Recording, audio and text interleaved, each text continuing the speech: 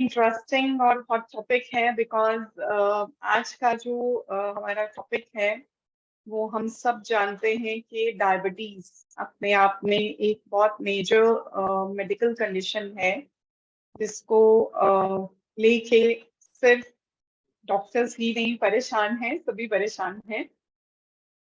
सो आज की जो मेडिकल कंडीशन है that is diabetes. So diabetes या मधुमेह या शुगर की दिक्कत जिसको हम कहते हैं, तो आज का जो हमारा डिस्कशन रहेगा ये इसी के ऊपर रहने वाला है।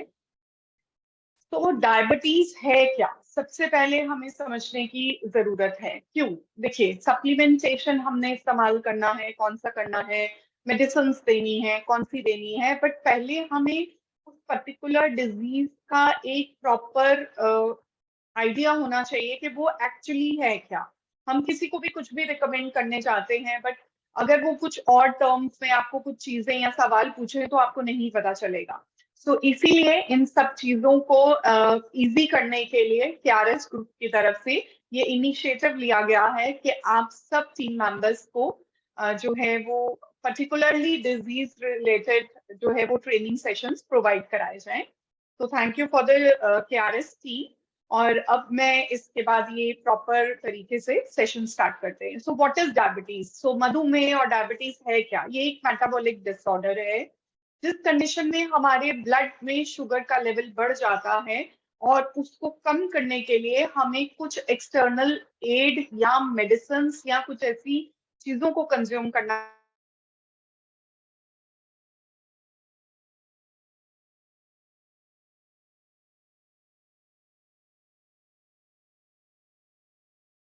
कि बहुत पुरानी बीमारी है। मतलब 300 बीसी बिफोर क्राइस्ट के टाइम से ये डायग्नोज की गई है और उसके बाद से ही जो है ये कंडीशन के ऊपर काम किया गया है। सो बेसिकली ये ग्रीक वर्ड है डायबिटीज मेलाइटिस। और इस पर्टिकुलर डिजीज कंडीशन का जो डायग्नोज हुआ वो किया गया कि यूरिन में जो है वो शुगर का कंटेंट पाया गया और वहां से डायग्नोज किया गया कि ऐसी कोई बीमारी होती है जिसमें कि ब्लड में शुगर का लेवल बढ़ जाता है और वो शुगर लेवल बॉडी में सेटल डाउन नहीं होता और जिसके कारण प्रॉब्लम आती है। सो सबसे इम्पोर्टेंट चीज है जानने वाली कि ये जो इंसुलिन है जो हमारी शुगर लेवल को नॉर्मलाइज करने में मदद करता है, ये इंसुलिन बनता कहाँ पर है?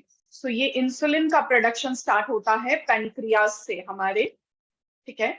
जो पैनक्रियाज है ये हमारी बॉडी के लेफ्ट हैंड साइड पे जो स्टमक के ऑलमोस्ट बिहाइंड जो है लोकेटेड रहते हैं। और ये एक हार्मोन प्रोडक्शन करते हैं जिसको हम इंसुलिन कहते हैं। सो बेसिकली इसके जो बीटा सेल्स हैं वो इंसुलिन प्रोडक्शन में हेल्प आउट करते हैं।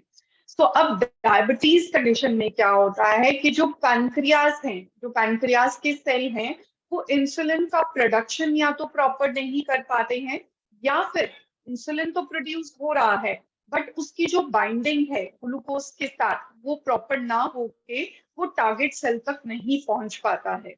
तो ये सारी कंडीशन जो है, इस पर्टिकुलर कंडीशन जहां पर कि हमने खाना खाया, सिंपल है, हमने खाना खाया और वो ग्लूकोज में कन्वर्ट हुआ, वो ग्लूकोज मेरे हर सेल तक जाएगा, तभी मेरे हर सेल को एक एनर्जी प्रोडक्शन जो है वो फील होगा या वो काम करने की क्षमता को बढ़ा सकता है क्योंकि उसको एनर्जी चाहिए द फॉर्म ऑफ ग्लूकोज।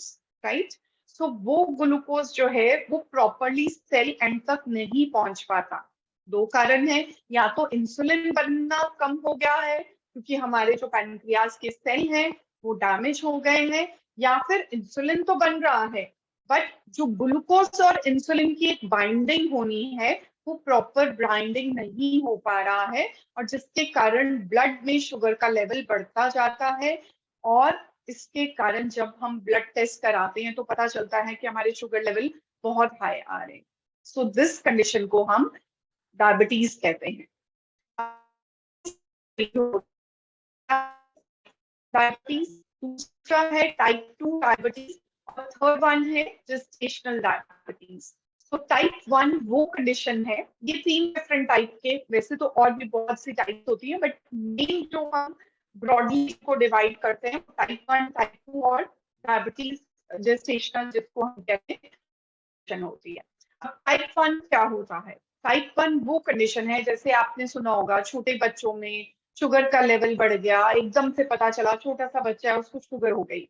तो इसीलिए इस शुगर को हम जुवेनाइल ऑनसेट या फिर हम इसको बॉर्न डिफेक्ट के हिसाब से या फिर इंसुलिन डिपेंडेंट डायबिटीज मेलाइटस इसको हम कहते हैं।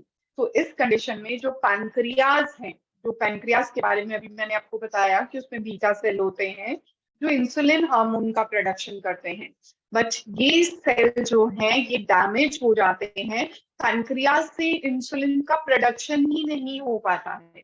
और इसके बहुत सारे कॉजेज हो सकते हैं। सबसे पहला तो जैसे हमने बताया कि ये टाइप 1 है तो मतलब जेनेटिक है। जेनेटिक मतलब कि पेरेंट्स को या फैमिली में इतनी स्ट्रॉन्ग हिस्ट्री थी कि वो बच्चे को वो कंडीशन जो है वो ट्रांसफर हो गई। और विद इन जैसे ही वो बच्चे ने अपना खान पान थोड़ा सा बिगाड़ना शुरू किया, ज्यादा जंक फूड या ऐसे प्रोसेस फूड्स के ऊपर पेरेंट्स ने बच्चों को डालना शुरू किया, तो वो बहुत अर्ली एजेस में आके डिटेक्ट हो जाता है और उतनी ही जल्दी वो हमारा जो पैनक्रियाज का डैमेज है वो स्टार्ट हो जाता है। सो इस तरीके से जो डायबिटीज आती है उसको हम टाइप 1 डायबिटीज कहते हैं या इंसुलिन डिपेंडेंट कहते हैं, क्योंकि इस कंडीशन में पेशेंट को इंसुलिन के इंजेक्शन लगाने पड़ते हैं खाना खाने से पहले, ताकि जो इंसुलिन है वो शुगर को प्रॉपरली बॉडी में मेटाबोलाइज करने में हेल्प करे। सो इस तरीके की शुगर को हम टाइप 1 डायबिटीज और जुवेनाइल ऑनसेट डायबिटीज कहते हैं। देन आता है टाइप 2 डायबिटीज। तो टाइप 2 डायबिटीज के बारे में हम सब जानते हैं, शुगर की दिक्कत है। नॉर्मली ये एज 45 और 50 इयर्स में जाके लोगों को फेस करनी पड़ती है, और इस कंडीशन में जो है वो हम टैबलेट्स के साथ भी शुगर लेवल को कंट्रोल कर सकते हैं। बट टाइप 1 में टैबलेट्स के बिहाफ पे शुगर को कंट्रोल कर पाना पॉसिबल ही नहीं है, क्योंकि शुगर का जो इंसुलिन है उसका प्रोडक्शन ही नहीं हो पा रहा।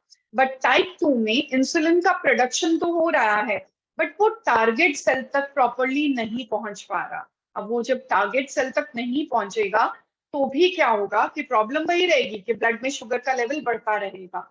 और ये जो प्रॉपर बाइंडिंग है ये समटाइम कुछ एंजाइम्स की डेफिशिएंसी के कारण आती है, कुछ विटामिन मिनरल्स की भी डेफिशिएंसी के कारण ये प्रॉब्लम हमें फेस करनी पड़ सकती है। और थर्ड इज हमारा लाइफस्टाइल, जो आजकल हमारा लाइफस्टाइल है उसके कारण भी टाइप 2 डायबिटीज जो है वो बहुत कॉमन हो गई है। इसीलिए डायबिटीज कंडीशन के अकॉर्डिंग अगर हम देखें वर्ल्ड वाइड, तो India is becoming the capital. India जो है वो कैपिटल बन चुका है शुगर की बीमारी के लिए या मधुमेह की बीमारी जिसको हम कहते हैं उसके लिए। इस कंडीशन के बाद आती है जेस्टेशनल डायबिटीज। आपने बहुत लोगों को सुना होगा कि प्रेगनेंसी के ड्यूरेशन में हमें शुगर हो गई थी और तब से जो है वो शुगर अभी चल रहा है, या कई लोगों का प्रेगनेंसी के बाद जो है वो शुगर बेटर भी हो जाता है। इसको हम कहते हैं फिजियोलॉजिकल, जैसे ही बॉडी के ऊपर एक फिजियोलॉजिकल स्ट्रेस आया उसके कारण बॉडी जो है वो विदहोल्ड नहीं कर पाई, क्योंकि इंटरनल सिस्टम इतना वीक था। हमारा इंटरनल जो सिस्टम काम करने वाला था, या जो हमारी जेनेटिक कंडीशनिंग थी या जेनेटिक मेकओवर था। जेनेटिक मेकओवर मतलब जो हमारे पेरेंट्स से जीन्स हमें मिले हैं, जो सेल हम अपने पेरेंट्स से लेके आए हैं, उनमें कुछ ऐसी प्रॉब्लम्स थी कि जैसे ही बॉडी के ऊपर स्ट्रेस लेवल आया वैसे ही हम डायबिटिक हो गए। ये जेस्टेशनल डायबिटीज का मतलब है ये सिर्फ और सिर्फ प्रेगनेंसी से रिलेटेड ही रहेगी, इसीलिए ये ज्यादा कॉमन है फीमेल्स में। अभी कुछ टाइम पहले आई थिंक लास्ट ईयर मेरे पास एक ऐसे ही पेशेंट आए थे कि जिनकी ड्यूरिंग प्रेगनेंसी जो है वो डायबिटीज डिटेक्ट हुआ, और उनको डॉक्टर ने बोला कि ओरल टैबलेट्स की जगह पे हम आपको इंजेक्टेबल्स देना चाहेंगे इंसुलिन के लिए। तो वो पेशेंट किसी के थ्रू रेफरेंस के पास मेरे पास पहुंचे, और then we have guided them कि किस तरीके से उनका हमने सारा मैनेजमेंट किया, और उनकी उस कंडीशन को हमने पूरे 9 मंथ प्रेगनेंसी कंप्लीट किया। एंड देन आफ्टर दैट वो बेबी ने एक अच्छे हेल्दी गर्ल चाइल्ड को लाइक बर्थ दिया, राइट। तो उस टाइम पे क्योंकि इतना फिजियोलॉजिकल कंडीशनिंग है उसका लोड ज्यादा बढ़ जाता है, जिसके कारण ये कंडीशन आती है। और इसकी टेस्टिंग हम करते हैं टॉलरेंस टेस्ट के साथ। तो इसमें जो है वो ग्लूकोज दिया जाता है प्रेग्नेंट लेडी को, पिलाया जाता है, और फिर उसके 2 घंटे के बाद उसके ब्लड टेस्ट किए जाते हैं, जस्ट टू रूल आउट कि उसकी बॉडी में कहीं पर डायबिटीज जैसी कंडीशन आ तो नहीं रही। और अगर फैमिली हिस्ट्री होती है और उसके साथ अगर सम टाइम पे पेशेंट में फैमिली हिस्ट्री है बट उनका खान पान इतना खराब है, उनकी बॉडी में इतनी ज्यादा कमियां हैं कि उन कंडीशन में जो ग्लूकोज टॉलरेंस टेस्ट होता है वो पॉजिटिव आता है। और फिर वहां पर जो है वो थ्रू आउट प्रेगनेंसी उनको मेडिसिन का सहारा लेके अपने शुगर लेवल्स को बैलेंस करना पड़ता है। तो ये 3 तरीके की डायबिटीज होती है, जैसे हमने एक्सप्लेन किया, टाइप 1, टाइप 2 और टाइप 3। उसके बाद सिम्टम्स, आपको कैसे पता चलेगा कि आपको डायबिटीज है या आपके घर में किसी को डायबिटीज हो रही है। सबसे पहला, प्यास एक्सेस अमाउंट में लगने लग जाएगा, मुंह सूखेगा। हम पानी पी रहे हैं बट उसके बाद भी ऐसा लगेगा कि मुंह सूखा हुआ है। इंक्रीज हंगर, भूख बहुत ज्यादा बढ़ जाएगी, बार बार ऐसा लगेगा हो पड़ रहा है, कुछ खाने की इच्छा हो रही है, कुछ खाना चाहिए। एकदम से सडन वेट लॉस होएगा पेशेंट में, ऐसा उसको लगेगा कि एकदम से 8-10 किलो वजन जो है वो पेशेंट का रिड्यूस हो जाएगा। देन फटीग, सारा दिन गिरावट रहेगी।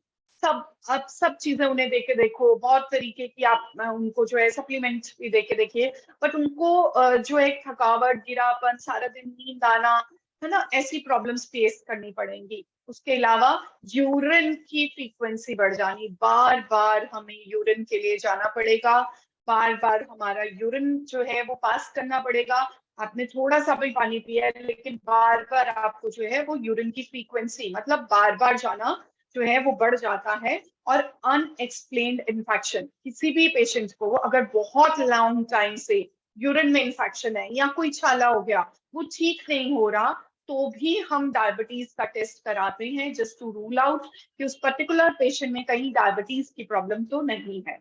तो ये सारे सिम्टम्स हैं जो हमें बताते हैं कि अगर ये सारे सिम्टम किसी भी पेशेंट में प्रेजेंट हैं तो आप डायग्नोस कर सकते हैं, अर्ली डायग्नोस कर सकते हैं। नहीं तो नॉर्मली क्या होता है कि पेशेंट जब हॉस्पिटल्स में पहुंचते हैं तो शुगर लेवल जो है वो 400 तक पहुंचा हुआ है। अभी रिसेंटली हमारे पास एक पेशेंट ऐसे ही आए थे, तो कहते 6 महीने पहले मैंने टेस्ट कराया, मेरा सब कुछ ठीक था, थोड़ा सा बॉर्डर लाइन पे चीजें आ रही थी। बट उस टाइम पे अगर वो थोड़ा सा प्रिकॉशन देते तो शायद 6 महीने बाद जब वो एकदम हमारे पास पहुंचे तो उनका शुगर लेवल 450 था। तो इस तरीके की प्रॉब्लम्स जो हैं वो फेस करनी पड़ सकती हैं। इसीलिए ये अर्ली सिम्टम्स, सिम्टम मतलब कि लक्षण जो शरीर में दिखाए जाएंगे, बताए जाएंगे कि अंदर कुछ दिक्कत चल रही है, क्योंकि भगवान ने ये इतना अच्छा सिस्टम बनाया है हमारा कि अगर हम इसको थोड़ा सा भी ऑब्जर्व करें तो हम काफी चीजों को अंडरस्टैंड कर सकते हैं। सो कॉम्प्लिकेशंस, अब कॉम्प्लिकेशंस मतलब शुगर हो गया, शुगर से लोग डरते क्यों हैं? छोटा सा एक एग्जांपल है, अगर कहीं भी हम चीनी रखेंगे और वहां पर क्या होगा, बहुत अमाउंट में कीड़े आने लग जाएंगे, राइट? सो वो कीड़े का मतलब है इन्फेक्शंस, वो कीड़े का मतलब है और बीमारियां।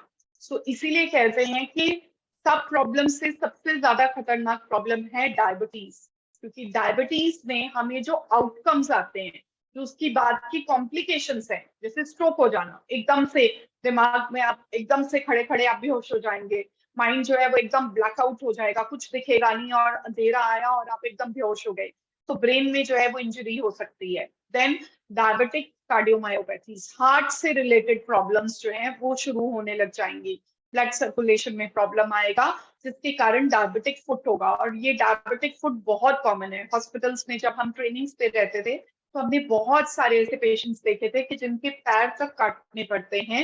रीजन भी क्योंकि शुगर था, हल्का सा चोट लगा, क्योंकि सेंसेशन जो पैरों में आना चाहिए, जिसको हम डायबिटिक न्यूरोपैथी कहते हैं, वो कंडीशन स्टार्ट हो जाती है कि ब्लड सर्कुलेशन जो है वो हमारे पेरिफ्रीज पे, मतलब पेरिफ्रीज मींस हाथों के एंडिंग पे या पैरों के एंडिंग तक उतना ब्लड सर्कुलेशन प्रॉपरली नहीं जा पाता, और जिसके कारण हमें सेंसेशन आना, मतलब हमें कोई भी चीज का एहसास होना, जैसे हम पिन को प्रिक करके देखते हैं कि हाँ पैर में जो है वो पेशेंट को कुछ फीलिंग आ रही है, नहीं आ रही। तो उस तरीके की डायबिटिक न्यूरोपैथीज जैसी प्रॉब्लम होती है, और उसी के कारण हल्की सी भी पैर में चोट लगने के कारण क्या हो जाता है कि पेशेंट का पैर अगर बहुत ज्यादा डैमेज हो जाए तो उसको काटना भी पड़ता है। उसी तरीके से डायबिटिक नेफ्रोपैथी, सो नेफ्रोपैथी भी बहुत कॉमन है। नेफ्रोपैथी मींस जहां पर कि शुगर के कारण किडनी के ऊपर बुरा इम्पैक्ट आता है। यूरिन टेस्ट कराते हैं, ग्लूकोज 4+, राइट, कीटोसिस आ रहा है, कीटोन बॉडीज प्रोड्यूस हो रही हैं बॉडी के अंदर, मतलब टॉक्सिन्स बनने लग गए इतने ज्यादा, और उसी के कारण ब्रेन में वो टॉक्सिन्स प्रोड्यूस होंगे और जिसके कारण स्ट्रोक होएगा। देन इसी सब कंडीशंस के कारण किडनीज का फेलियर हो जाता है और कई पेशेंट्स को डायलिसिस के लिए भी जाना पड़ता है, जिसमें कि बार बार हमें अपना खून बदलवाने या खून की सफाई करवाने, in a layman language, in a normal language अगर मैं बात करूं, तो ये कंडीशन आ जाती है। और वो डायलिसिस इतना पेनफुल होता है और इतनी ज्यादा प्रॉब्लम करता है, और उसके कारण ग्रेजुअली स्लोली स्लोली जो है वो पेशेंट की किडनी भी परमानेंटली डैमेज हो सकती हैं। एंड देन आता है डायबिटिक रेटिनोपैथी। सो ये भी बहुत कॉमन है कि आंखों की रोशनी के ऊपर बहुत ज्यादा इम्पैक्ट आता है, जिसके कारण पेशेंट की आईसाइट भी चली जाती है लॉन्ग टर्म में, अगर उसको शुगर लेवल्स अंडर कंट्रोल नहीं रहे तो। सो इन सब चीजों की कॉम्प्लिकेशन, ये जो डरावनी चीजें हैं जिनके बारे में अभी हमने डिस्कस किया, यही सब कॉम्प्लिकेशंस हैं जिनके कारण हम कहते हैं कि डायबिटीज से जितना हम बच सके उतना हमारे लिए अच्छा रहेगा। तो अब इसका सोल्यूशन क्या है? सोल्यूशन में हमारे पास मेडिसिन हैं कि हम मेडिसिन ले सकते हैं, या फिर हम इंसुलिन के इंजेक्शंस, पंप्स भी आजकल आ गए हैं कि जितना आपका इंसुलिन रिक्वायर्ड है उतना पंप के अकॉर्डिंग आपके जो है वो बॉडी में इंजेक्ट कर दिया जाता है बिफोर मील, और उसके साथ जो है वो आपके ब्लड शुगर लेवल्स को कंट्रोल किया जाता है। और इसके अलावा हम क्या चेंजेस कर सकते हैं? हम एक लो कार्बोहाइड्रेट डाइट ले सकते हैं। मतलब लो कार्बोहाइड्रेट मतलब कि जैसे मीठे का जो सेवन है नॉर्मल डेज भी, अगर आप डायबिटिक नहीं भी हैं तो भी आप अपनी डाइट में शुगर का इंटेक बहुत प्रोपोर्शनली लेस लेके चलिए, ताकि आने वाले टाइम में हमें कॉम्प्लिकेशन ना हो। और स्पेशली जिन लोगों में फैमिली हिस्ट्री है, जिनके परिवार में ऑलरेडी जो है वो शुगर की दिक्कत है या किसी को भी मधुमेह जैसी दिक्कत है, तो ऐसे लोग अपनी डाइट का बहुत ध्यान शुरुआत से ही रख सकते हैं। और अगर वो नहीं चाहते कि लेटर ऑन उनको किसी भी टाइप का कॉम्प्लिकेशन आए, तो इन सब चीजों को डाइट में जरूर ध्यान देके चलें।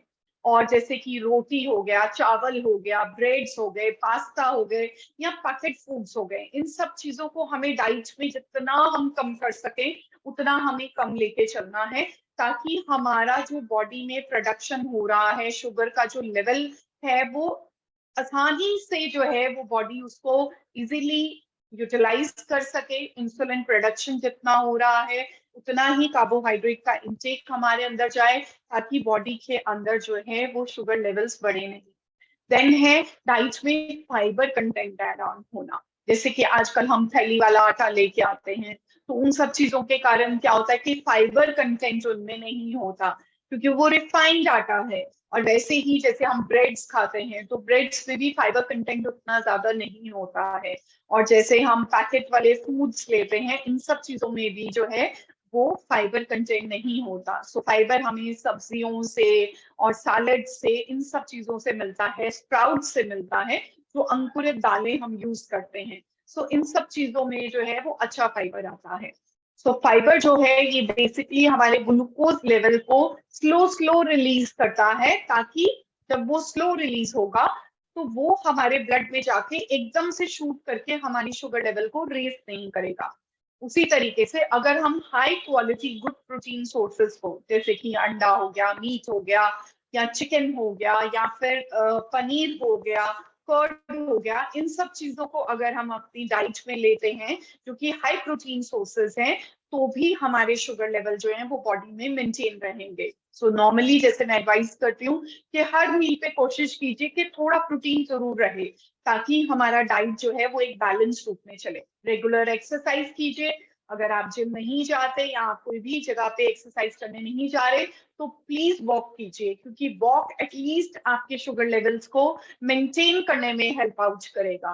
बट नॉर्मली जो एक्सरसाइज हम एडवाइस करते हैं, वो हम एडवाइस करते हैं सूर्य नमस्कार कर सकते हैं आप, स्टेयर्स पे एक्सरसाइज आप कर सकते हैं, वॉक कर सकते हैं थोड़ी स्पीड के ऊपर, अगर आपको कोई भी बैक से रिलेटेड प्रॉब्लम्स नहीं है। और डिस्ट्रेस करके रखिए अपने आप को, क्योंकि आजकल मेंटल स्ट्रेस भी इतना ज्यादा बढ़ गया है, जिसके कारण भी हमें जो है वो अर्ली फेजेस में आके ही शुगर होने लग गई है। बहुत सारे लोग ऐसे देखेंगे आप कि 35 साल की उम्र है या 30 साल की उम्र है तो भी डायबिटीज हो गया है, बिकॉज उनका खान पान, उनका रहन या मेंटल स्ट्रेस इतना ज्यादा था कि उन सब कंडीशंस के कारण जो हमारा प्रॉपर एक क्लबिंग होना है ग्लूकोज और इंसुलिन का, वो नहीं हो पा रहा, या फिर इंसुलिन का प्रोडक्शन तो हो रहा है बट वो टारगेट सेल तक प्रॉपरली नहीं पहुंच पा रहा। उसके अलावा हम डाइट में जो सबसे इंपॉर्टेंट चीज कर सकते हैं दैट इज सप्लीमेंटेशन। क्योंकि सप्लीमेंटेशन क्यों इंपॉर्टेंट है, अभी मैं रिसर्च आर्टिकल्स पढ़ रही थी तो वहां पर एक बहुत अच्छी चीज एक्सप्लेन की हुई थी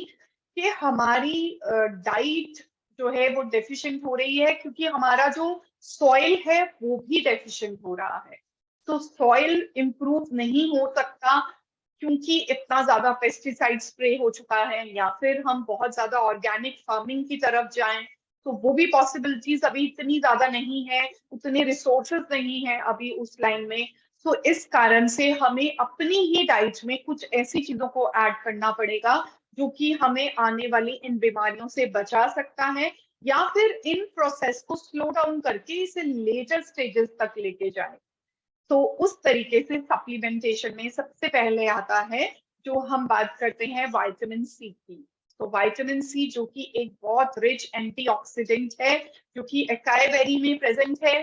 तो ये एंटीऑक्सीडेंट्स क्या करते हैं, बेसिकली एंटीऑक्सीडेंट्स वो फूड आइटम्स होते हैं, जैसे कि हमने लास्ट टाइम भी डिस्कस किया था कि एंटीऑक्सीडेंट में वो प्रॉपर्टी होती है कि जो हमारे सेल की डैमेज हो, या जो हमारा सेल खराब हो रहा है, या जो सेल हमारा बहुत जल्दी डेड होने वाला है, मर रहा है, उस सेल की लाइफ स्पैन को इम्प्रूव करने में एंटीऑक्सीडेंट्स हेल्प आउट करते हैं, ताकि हमारे सेल्स प्रॉपरली काम कर सके। जैसे मैंने लास्ट भी डिस्कस किया था कि हम रात को सोते हैं, स्लीप लेते हैं, तो स्लीप में बेसिकली क्या होता है, हमारे सेल्स जो हैं वो रिवाइव करते हैं। और ये जो सेल हमारे रिवाइव करते हैं, यही जो रिवाइवल प्रोसेस है, ये अगर हमारी डाइट में एंटीऑक्सीडेंट्स रहें तो ये रिवाइवल प्रोसेस ज्यादा बेटर चलेगा। बॉडी में जो फ्री रेडिकल्स आ रहे हैं जिनके कारण हमें कैंसर जैसी प्रॉब्लम्स भी हो जाती हैं, तो उन सब फ्री रेडिकल्स को बॉडी से वॉश आउट करने में या क्लीन करने में हमें मदद करेगा। सो अकाई बेरी जो हमारा एक प्रोडक्ट है, this is really really good, क्योंकि जो विटामिन सी आपके ऑरेंज में है ये उससे डबल ट्रिपल अमाउंट में जो है वो आपको एंटीऑक्सीडेंट्स प्रोवाइड करता है। क्योंकि बेरीज ग्रुप जो है ये फ्लेवोनॉइड्स इनमें बहुत ज्यादा होते हैं, इनमें Q10 होता है जो एंटीऑक्सीडेंट का हम कहते हैं कि सबसे मेन इंपॉर्टेंट प्रोडक्ट है। ग्लूटाथायोन है जो कि हमारी बॉडी में जितने भी रिडक्टिव प्रोसेस होते हैं, जिसमें कि हमारा सेल जो है उसका डैमेज फास्टर स्पीड पे हो रहा है, इन सब चीजों को स्लो डाउन की जाता है। इसीलिए बेरीज का इंटेक हम बहुत ज्यादा अमाउंट में एडवाइस करते हैं, बट 12 महीने में बेरीज नहीं आती। इसीलिए अगर आप अकाई बेरी को अपनी डाइट में रेगुलर बेसिस में यूज करना शुरू करते हैं तो आपके पैंक्रियास का डैमेज जो है वो स्लो डाउन हो जाता है। उसी तरीके से जो सबसे इंपॉर्टेंट और हीरो प्रोडक्ट है, क्योंकि मैंने इसके बारे में बहुत अच्छे से स्टडी किया, so I find these two products तो बहुत ही अच्छे, और इनके आउटकम्स इतने अच्छे हैं, और इतने सारे रिसर्च आर्टिकल्स में मैंने इन सब प्रोडक्ट्स की डिटेल के बारे में पढ़ा है। तो ऑनेस्टली जो व्हीट ग्रास है, राइट, तो व्हीट ग्रास है, पनीर डोडा है, या फिर जिसको हम कहते हैं करेले का जूस भी जो है, ये सब चीजें जो मिलकर हमारी बॉडी में एंटी डायबिटिक इफेक्ट को लेके आती हैं। अब इन सब चीजों का क्या बेनिफिट होता है कि अगर कोई पेशेंट डायबिटिक है तो हमारा गुड बाय डायबिटिक प्रोडक्ट जो है ये बेसिकली हाइपोग्लाइसेमिक कंडीशन को लाने में या हेल्प आउट करने में मदद करता है, मतलब कि शुगर लेवल्स को लोअर डाउन करने में मदद करता है। अगर किसी का लेवल बहुत ज्यादा हायर साइड्स पे रहता है और वो बहुत सारी मेडिसिन भी शुगर को कंट्रोल करने के लिए ले रहे हैं और स्टिल उसके बावजूद शुगर कंट्रोल नहीं आ रही, तो आप इस प्रोडक्ट को अपनी बाकी की मेडिसिन के साथ स्टार्टअप कर सकते हैं। और ग्रेजुअली जो देखा गया है 2014 में एक रिसर्च आर्टिकल में जो है इसके इम्पैक्ट को व्हीट ग्रास जूस जो इसमें डाला गया है, व्हीट ग्रास का जो एक्सट्रैक्ट इसमें ऐड ऑन किया गया है, उसकी हेल्प से जो है ये हमारे ब्लड शुगर लेवल्स को कंट्रोल करने में हेल्प आउट करता है। और जो पनीर डोडा है, जैसे मैंने लास्ट टाइम भी डिस्कस किया था कि इंसुलिन रेजिस्टेंट स्टेज मीन, एक छोटा सा एग्जांपल देती हूँ। जैसे मैंने बताया था कि पीसीओडी भी हो जाता है बहुत सारी फीमेल्स में क्योंकि इंसुलिन रेजिस्टेंस है। इंसुलिन रेजिस्टेंस मीन के मान लीजिए मैंने 10 ग्राम शुगर लिया तो मुझे 10 ग्राम को मेटाबोलाइज करने के लिए 5 ग्राम इंसुलिन चाहिए, सपोज। ये एक एग्जाम्पल है, एग्जैक्टली ऐसा नहीं है, बट जो भी सिस्टम के अकॉर्डिंग एक छोटा एग्जाम्पल मैं आपको समझाना चाह रही हूँ। तो अगर 10 ग्राम के लिए 5 ग्राम हमें इंसुलिन चाहिए, तो वो जो हमारा एक बैलेंस है वो बैलेंस हिल जाता है। तो जब तक कि हम 20 ग्राम तक शुगर हमारे अंदर नहीं जाएगी तो 5 ग्राम इंसुलिन का प्रोडक्शन ही नहीं होगा। This stage is known as insulin resistant stage. और ये कई लोगों में प्रेजेंट होता है, वो डायबिटिक नहीं भी होते।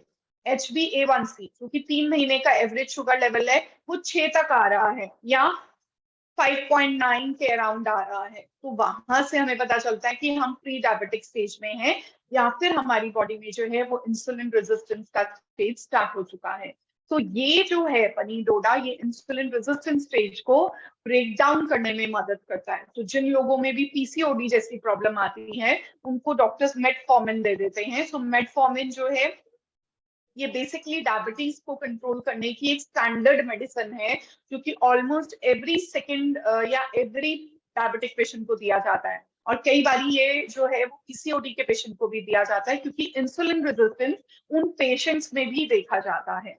तो ये जो प्रोडक्ट है, प्लस इसमें करेले का जूस भी डाला गया है। अब करेला भी जैसे मैंने बताया कि 12 महीने तो आपको नहीं मिलेगा, बट अगर आप ये सिंगल प्रोडक्ट ले लेते हो तो आपको इतने सारे प्रोडक्ट्स का एक कंप्लीट कॉम्बिनेशन मिलता है। और ये हमारी बॉडी में इंसुलिन की प्रोडक्शन को इम्प्रूव करता है।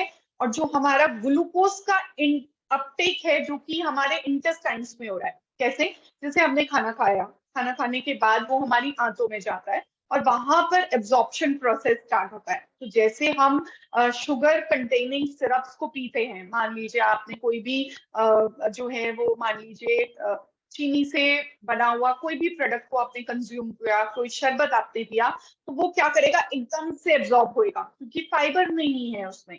तो फाइबर ना होने के कारण शुगर जो है उसका एब्जॉर्प्शन स्पीड पे होगा, उतनी स्पीड पे इंसुलिन का प्रोडक्शन जो है वो नहीं हो पाया, बाइंडिंग प्रॉपर नहीं हुई और उसके कारण आपके ब्लड शुगर लेवल्स जो है वो हायर लेवल पे आएंगे।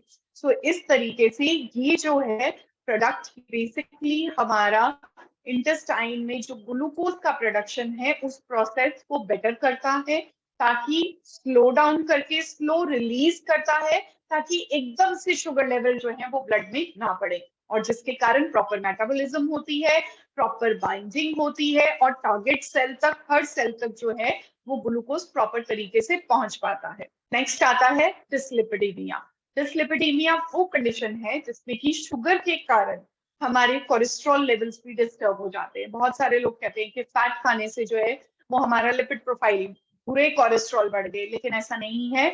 बहुत हाई कार्बोहाइड्रेट डाइट, मतलब बहुत ज्यादा मीठा या मीठे से बनी हुई चीजों को खाने से भी हमारे जो कोलेस्ट्रॉल लेवल्स हैं वो डिस्टर्ब होते हैं। ऐसे ही कुछ टाइम पहले हमारे पास एक पेशेंट आए थे कि जो सिर्फ और सिर्फ इसी कंडीशन के साथ हमारे पास कंसल्ट करने आए थे कि उनके लिपिड प्रोफाइल सेटल नहीं हो रहा था। तो जब हमने पूरा कैलकुलेट करके चेक किया तो बेसिकली उनकी डाइट में कार्बोहाइड्रेट का इंटेक इतना ज्यादा था, चीनी का इंटेक इतना ज्यादा था, जो वो सोच के भी नहीं देख पा रहे थे। उन्हें लग रहा था अरे ये तो चीनी का फॉर्म भी नहीं है। तो भी जैसे हनी, कई लोग सोचते हैं कि हम तो गुड़ ले रहे हैं, हमें शुगर है लेकिन हम गुड़ ले रहे हैं। तो ऐसा नहीं है, गुड़ भी चीनी ही है।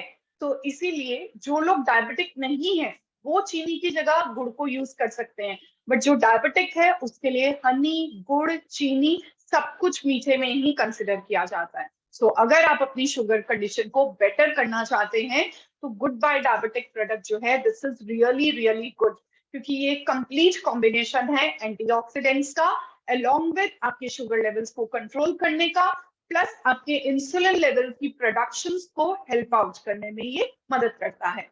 देन जो नेक्स्ट हीरो प्रोडक्ट है दैट इज डायोकेयर। सो डायोकेयर में बेसिकली जो है वो विजय सर करके एक प्लांट आता है या प्लांट का बाग रहता है जो कि हमारे पैंक्रियाज के बीटा सेल्स होते हैं जहां से कि इंसुलिन का प्रोडक्शन होता है, ये उनको प्रोटेक्ट करता है, जिसके कारण जो हमारी हाइपर इंसुलिनेमिक कंडीशन हो जाती है जिसमें कि इंसुलिन लेवल जो है वो डिस्टर्ब हो जाते हैं, सो उन कंडीशन को बैलेंस करने में ये बेसिक प्रोडक्ट हमें बहुत मदद करता है। सो इसमें आंवला रहता है। सो आंवला बेसिकली हमारी लिवर को डिटॉक्सिफाई करता है।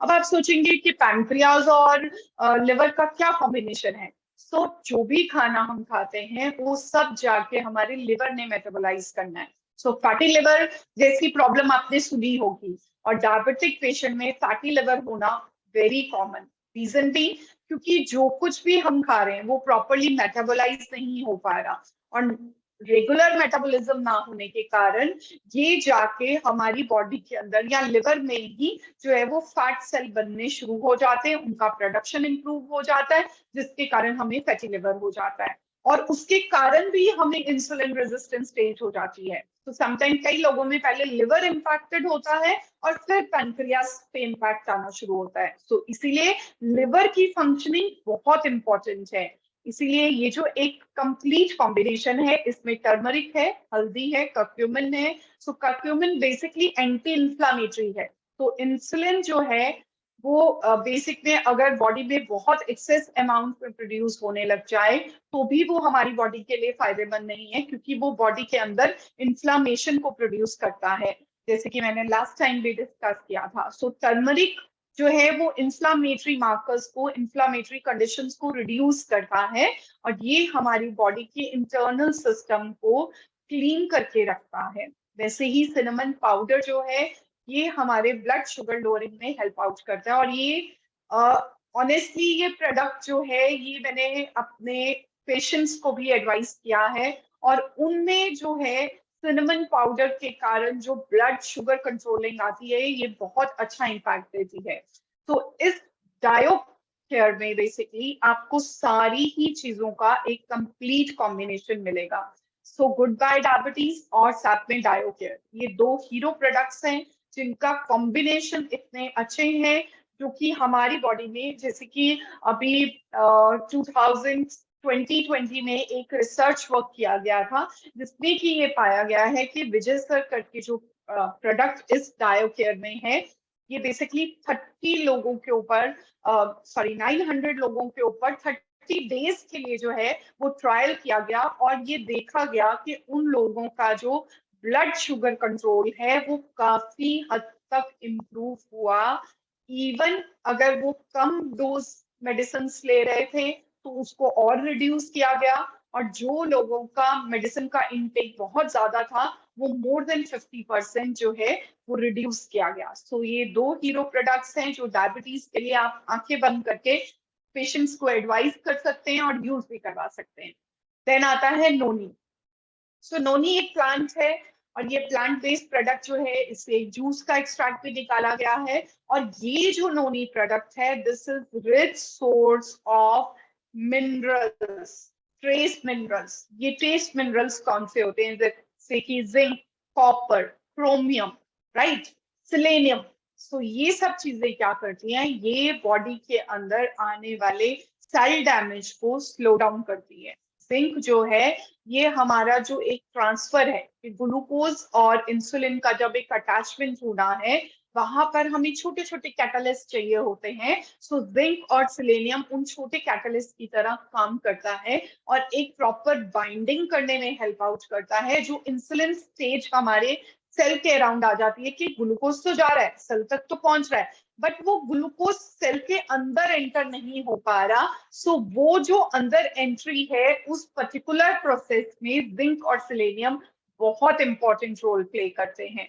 सो अगर हम जिंक और सिलेनियम रिच नोनी को अपनी डाइट में यूज करें तो जिन लोगों को डायबिटीज नहीं है बट वो लोगों को प्री डायबिटिक स्टेज में आ रहे हैं तो वो ये पर्टिकुलर प्रोडक्ट लेने के साथ अपनी आने वाली डायबिटीज कंडीशंस को प्रोलॉन्ग कर सकते हैं, रोक सकते हैं, और आगे बढ़ने से बचा सकते हैं, सो दैट कि या फिर अगर उन्हें डायबिटीज हो गई है तो मिनिमम डोजेस के साथ भी वो इन प्रोडक्ट्स के साथ अपना इंटरनल सिस्टम सेट कर सकते हैं।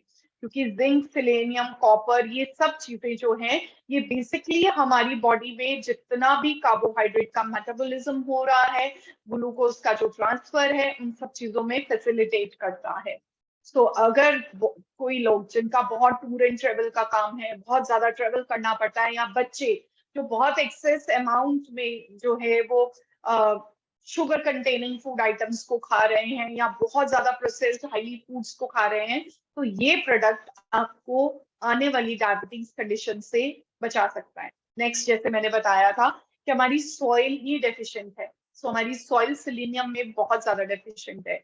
सो अगर सॉइल में ही सेलेनियम नहीं है, तो आप सोचिए हमारी डाइट में हमें कैसे वो सेलेनियम मिलेगा। और जब सेलेनियम मिलेगा ही नहीं, तो सेल डीजनरेशन प्रोसेस भी बढ़ जाएगा, ऑक्सीडेटिव स्ट्रेस बढ़ जाएगा।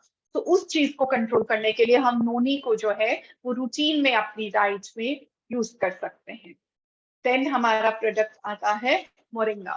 सो मोरिंगा के बहुत सारे रिसर्च वर्क और बहुत सारे रिसर्च पेपर्स अगर आप नोटिस करेंगे, तो उनमें इसके इतने हेल्थ बेनिफिट दिए गए हैं जो कि डायबिटीज को कंट्रोल करने में हेल्प आउट करते हैं। स्पेशली ये स्लो डाउन कर देते हैं हमारे इंटेस्टाइन में जाके ग्लूकोज के प्रोसेस को, ब्रेकडाउन को, जिसके कारण ग्लूकोज का प्रोडक्शन स्लो पेस पे होता है।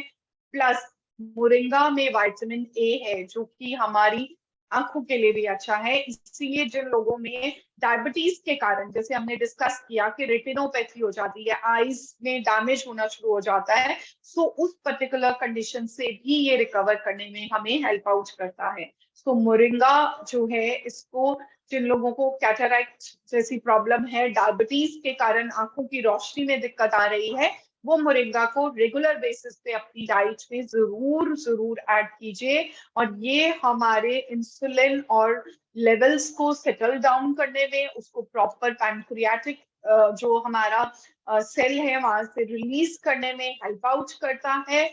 और जिसके कारण हमारा जो है वो ब्लड शुगर लेवल मैनेज रहता है। So moringa is again very good product. So इसको तो नॉर्मली भी मैं बोलती हूँ कि जरूर रखिए। जब आपकी एज 40 इयर्स हो गई है, तो उसके बाद मोरिंगा, स्पिरुलिना, जो कि हम नेक्स्ट डिस्कस करेंगे, ये दो प्रोडक्ट्स को आप रेगुलर बेसिस में जरूर रखिए। स्पेशली जो लोग वेजिटेरियन हैं उनके लिए तो ये दोनों प्रोडक्ट्स बहुत ज्यादा बेनिफिट करने वाले हैं। सो बेसिकली मोरिंगा जो है ड्रम स्टिक से एक्सट्रैक्टेड किया जाता है। देन आता है स्पिरुलिना। सो स्पिरुलिना बेसिकली एक तरीके का एल्गी है जो कि सी में रहता है, और उसी के एक्सट्रैक्ट से जो है ये स्पिरुलिना बनाया जाता है। और ये स्पिरुलिना प्रोटीन में रिच है, ये विटामिन B12 में रिच है। ये हमारी बॉडी में आने वाले शुगर से रिलेटेड न्यूरोपैथीज, मतलब जो नर्व से रिलेटेड डैमेजेस हैं, उन सब चीजों को कंट्रोल करने में हेल्प आउट करता है। और रिसर्च आर्टिकल के अकॉर्डिंग स्पिरुलिना को अगर आप रेगुलर मॉर्निंग टाइम पे लेते हैं, तो ये आपके फास्टिंग ब्लड शुगर लेवल्स को भी कंट्रोल करने में हेल्प आउट करता है। So this is really really a good product. तो जिन लोगों में भी विटामिन B12 की कमी रहती है, या जिनमें भी प्रोटीन की भी डेफिशिएंसी है, so spirulina is a good source for 9 essential amino acids. मतलब कि वो अमीनो एसिड जो कि मदर मिल्क में होते हैं या फिर एग्स में प्रेजेंट होते हैं, वो अमीनो एसिड स्पिरुलिना में भी प्रेजेंट है। तो आप स्पिरुलिना को भी अपनी डाइट में यूज कर सकते हैं। चाहे हमें ये नहीं वेट करना कि हम डायबिटिक हो तो हम इन प्रोडक्ट्स को लें, हमें डायबिटीज को आने से पहले ही रोकना है। क्योंकि आजकल का खान पान, आजकल का लाइफस्टाइल, सारा दिन बैठे रहना, फिजिकल एक्टिविटी कम रहना, इन सब चीजों के कारण हमें जो है वो डायबिटीज जैसी कंडीशन होना वेरी कॉमन हो गया है। इसीलिए इन सब चीजों को बचने के लिए मोरिंगा और स्पिरुलिना आप रूटीन में यूज कर सकते हैं। देन हमारा आता है green tea. So green tea मेरा प्रैक्टिकली क्लिनिकल एक्सपीरियंस है कि पेशेंट टाइप 1 डायबिटिक हो, टाइप 2 डायबिटिक हो, या जेस्टेशनल डायबिटीज कंडीशन में है, आंखें बंद करके आप ग्रीन टी दीजिए। Blood sugar levels within 1.5 hour drop down हो जाएंगे after taking green tea. And this is practically, ये मैंने बहुत सारे टाइप 1 पेशेंट्स पे भी देखा है, जेस्टेशनल डायबिटिक वाले पेशेंट में भी देखा है, और इवन टाइप 2 पेशेंट में भी देखा है कि ग्रीन टी जो है ये मार्वलस थिंग है जिन लोगों को भी ब्लड शुगर रिलेटेड प्रॉब्लम्स रहती हैं, या जिन लोगों में HbA1c, जो कि हम 3 महीने की एवरेज शुगर लेवल करवाते हैं, वो अगर हायर लेवल पे आ रहा है, या फिर जिन लोगों का बहुत ज्यादा डिस्टर्ब आ रहा है, तो ग्रीन टी को रेगुलर बेसिस पे लीजिए। बट ग्रीन टी के साथ स्पिरुलिना लेना बहुत जरूरी है, क्योंकि इसका एक कंप्लीट कॉम्बिनेशन जो है वो आपकी बॉडी में विटामिन मिनरल्स की डेफिशिएंसी भी नहीं होने देगा, और प्लस हमारे ब्लड शुगर लेवल्स को भी कंट्रोल करने में हेल्प आउट करेगा। And this is actually, green tea जो है वो क्लिनिकल ट्रायल्स में भी एक हीरो प्रोडक्ट है, तो आंखें बंद करके आप किसी भी डायबिटिक पेशेंट को ये दे सकते हैं। देन रिकमेंडेशन कैसे, मॉर्निंग में आप जो है वो अकाई बेरी जूस से अपना डे स्टार्ट कर सकते हैं, और उसके साथ जो है वो स्पिरुलिना ले सकते हैं, जैसे मैंने बताया, क्योंकि स्पिरुलिना जो है ये फास्टिंग शुगर लेवल्स के ऊपर बहुत अच्छा इम्पैक्ट देता है।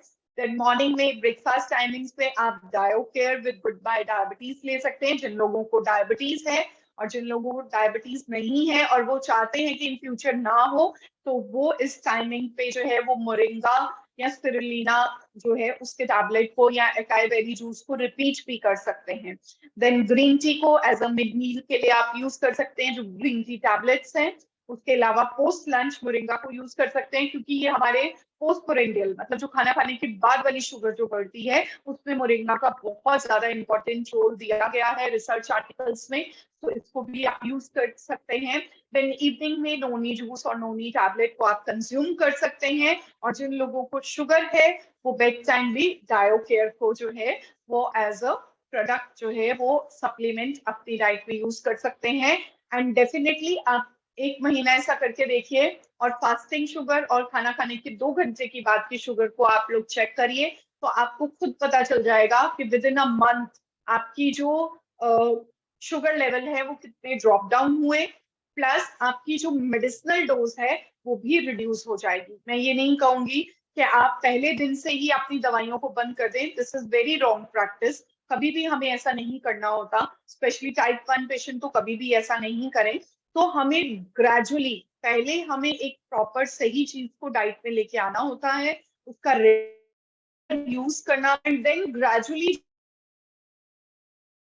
को स्लो डाउन करके रिड्यूस कर सकते हैं। सो उसके लिए आप कोऑर्डिनेट कर सकते हैं टीम के साथ, मेरे साथ, जब मर्जी। तो thank you for the session. तो आज का सेशन हमारा